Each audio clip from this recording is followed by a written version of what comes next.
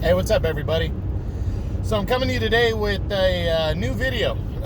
This one's gonna probably come monthly to every other month, something like that. But excuse me, I'm gonna discuss all my number ones from 122 to heavyweight, kind of briefly what they got going on, any kind of news I may or may not have heard, and maybe just any predictions on what I think they could be doing next if I haven't heard anything on them. So it's just kind of a brief rundown, but it's to talk over the number one, the top guys, the biggest names. I'm probably going to do one on my number twos and my number threes and my number fours and fives. That way you guys can kind of get some light on what is being discussed, in between. Because I know I wait a lot in between, and you don't hear a guy's name for a while until something concrete happens. Well, kind of want to give you some better updates going forward, so you know what's being discussed, what's being talked about, little things like that, because there are some guys that get lost in the shuffle in there that are big name fighters. So again, not going to be a real long video, but if you like the video, give me a thumbs up, thumbs down if you don't like it. Subscribe to the channel, leave a comment. I appreciate any kind of love. So all right, let's jump right into it. And we're going to go from 122 all the way to heavyweight. So we'll start at 122, and the number one fighter there is the undefeated WBA and IBF unified champion, Mirajan Akhmadiev. So we actually heard some news, finally, from Akhmadiev that his mandatory title defense against IBF interim champion Ryosuke Iwasa is actually in play. Looks like March 13th they're shooting for. Now, I'm not sure what network that fight's going to take place on. Mirajan fought on DAZN when he beat Daniel Rahman last year in 2020, but the fight apparently is being discussed for Akhmadiev's home country of, I think he's from Kazakhstan or Uzbekistan, something like that. But one of those places where is his home, and that's where the fight's being discussed to take place. So March 13th is the projected date. I would love to see this fight fall on DAZN or just in America, period. And I hope it does, because it's a really good matchup of two top five super bantamweights right there at 122. So would love for that. We'll see what happens. Hopefully by the next number one's video, I will have a better update, and the fight will be right around the corner on March 13th. I'll definitely get another video out at the beginning of March. So that's him.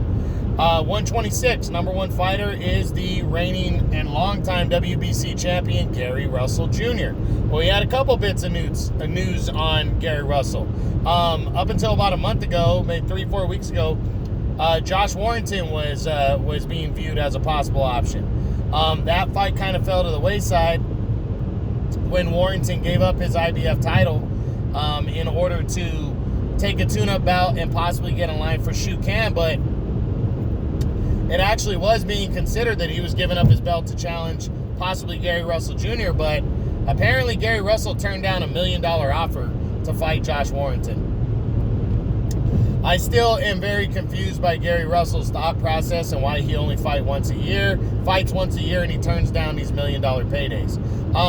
Gary Russell is not making that much money per fight, He should be definitely taking fights like the Warrington fight for $1 million for the prestige and to earn more money later.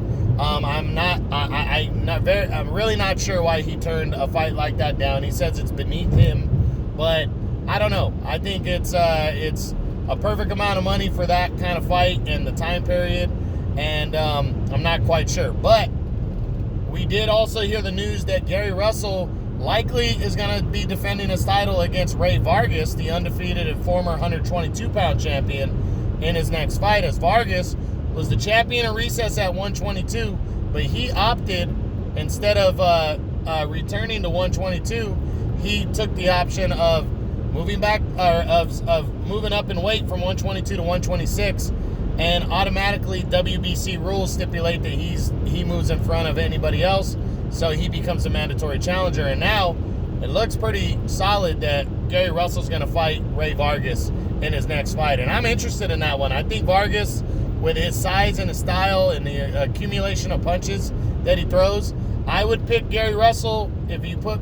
a gun to my head right now, but I definitely think Vargas stands a chance. So, going to be very interesting to see how that plays out. We'll have a better update next month when I do my number ones then. Next is my number one at 130, super featherweight, which this month I'm giving it to the undefeated WBA super champion Javonte "Tank" Davis. Well, actually just a few hours ago, Tank Davis revealed that he suffered a hand injury while training, and any fight that was supposed to happen soon might get delayed a little bit. So there was talks about him possibly facing Ryan Garcia. How real those talks were, I'm not sure, but it's going to delay any kind of fight that would have happened in the next couple months. But I don't think that's a big deal. I think Gervonta will end up fighting in the first half of the year. My big question is against who? I was really hoping for a Gary Russell fight. Doesn't look likely now. There was talks of Gervonta of him fighting. God damn it! I just drew a blank. Of him fighting Ryan Garcia at lightweight, but now that looks unlikely. They're saying he wants a big fight, but I'm thinking a big fight might have to wait till the second half of the year, because Golden Boy said that the fight with Pacquiao and Ryan Garcia isn't likely. So Ryan might be available for Tank Davis, but is Golden Boy and Mayweather Promotions really going to come together for this fight? I don't know. I have to say no until this fight becomes concrete, to be honest. Like, I'll believe this fight's going to happen when it actually gets signed and sealed, so we'll see. But as of right now, I think we're probably just going to end up seeing Tank Davis return and stay busy in the next year, in the first half of the year. And I really don't know who that could be against. They might throw him against his regular champion, which is Roger Gutierrez, who just is fresh off a win over Rene Alvarado. There's not a lot of options coming from the PBC at 130, so unless some guys are willing to come to Showtime and fight, like possibly, what if Tevin Farmer came over to fight him for the title over there? We really don't know what Gervonta Davis is up for. He said, Leonard Ellerby, the president of Mayweather Promotions, came out and said that Tank is willing to fight anybody, but we'll see what that means, and we'll see what fights can be made. Hopefully we have better news by the next number one report. 135, number one there is the undefeated and undisputed lightweight champion of the world, Teofimo Lopez. Well, Lopez looks pretty sure like he's going to be defending against George Kambosos Jr. and in what is an IBF title mandatory defense, because Kambosos is the number one contender there. That fight's likely taking place in May. Now, Lopez said he wants the Devin Haney fight, and if for some reason this fight falls through, he's going to fight Devin Haney. But if that fight doesn't happen in the second half of the year, they're talking Lopez possibly is going to move up and fight the winner of Taylor and Ramirez, who are fighting for the undisputed crown in May. So I think there's a very good chance we might see Lopez escape lightweight before he's got to fight Lomachenko, or before a possible fight with Devin Haney could be made. So, yeah, that's what it looks like is going to happen. But it looks like George Kambosos in the spring, and it looks like it's going to take place in New York City as opposed to the original plan, which was Australia. So, looks like New York City in the spring. Hopefully we got a better idea come the next number one report. Next up, the number one fighter at 140 pounds, junior welterweight. That is the undefeated and unified WBA IBF champion, Josh Taylor of Scotland. Well, it looks like they have reserved May 8th as the working date for, ESPN has, for the undisputed title clash between undefeated unified champions Josh Taylor and unified champion Jose Ramirez. This is a huge undisputed world title fight set to take place on May 8th. I cannot wait to see it. I think it's a great matchup. Taylor, Ramirez, I don't think it's 100% finalized yet, but it is very close, and that's the top two guys fighting to become undisputed, a distinction that I believe now only of all the 4 major world titles, I believe that distinction is reserved for only 5 or 6 fighters now. So that's how rare that feat has become, everybody. That you had Jermaine Taylor at middleweight. Bernard Hopkins at middleweight, then Jermaine Taylor at middleweight. And there wasn't another undisputed champion until Terrence Crawford at this weight, 140, when he did it a few years ago. And then Alexander Usyk did it a couple years ago in 2018 when he did it in the cruiserweight division. Then last year we saw Teofimo Lopez accomplish that by defeating Vasily Lomachenko to unify all 4 belts. So we only have seen 5 guys. This is going to be the 6th guy to do it in the last 30 years. That's a very big accomplishment, and I'm very much looking forward to seeing these 2 guys lock horns May 8th. So can't wait to see it, and the fight should be 100% finalized by the next number 1 report. The next number 1 we look at is the undefeated unified welterweight champion of the world, Errol Spence Jr. Errol Spence Jr., there was news last week that Yordenis Ugas came out and grabbed they upgraded him to super champion now that Manny Pacquiao is declared the champion in recess. So Ugas is now the super champion. That's the real belt for the WBA. And now Errol Spence has expressed interest in unifying belts with Yordenis Ugas. It's a new challenge. It's a 3rd belt. Spence is trying to lock up all the belts, and this is one step closer to that. I think this fight is very possible. Spence doesn't have any mandatories due between the WBC and the IBF next, so obviously the WBC is not going to mandate him and Sean Porter if they allow a showdown between Spence and Ugas. So that opens the door for Spence and Ugas right there, and I think it's very likely these 2 guys lock horns next. I would favor probably like June area, for the fight to take place. And I hope it does, because I think that's a really good, solid matchup. Ugas is very deserving. And I think that forces the WBO to mandate Sean Porter, their mandatory challenger for Terrence Crawford. And then these 2 guys lock up horns possibly at the end of the year, possibly early 2022. And, Crawford and Spence, and we finally get to see that dream fight. So we'll see. But that's Errol Spence. Hopefully we hear more about the possibility of him and Ugas on the next number 1 report. 154, the number 1 fighter there is the reigning and unified champion, Jermell Charlo. Charlo, I don't know what's going to go on with him next. We still haven't heard anything solid and concrete on his next opponent. And for me, I've been thinking that if it's Erislandy Lara still, if he's the favorite and the front runner, that fight should have been made already. The 2 guys both fought, their last fight both took place in September. So we're going on 5 months now. That fight should be easy to make, and it hasn't been made yet. So I'm thinking like this. I'm thinking Charlo's waiting around to see what happens with Castaño and Patrick Teixeira on February 13th.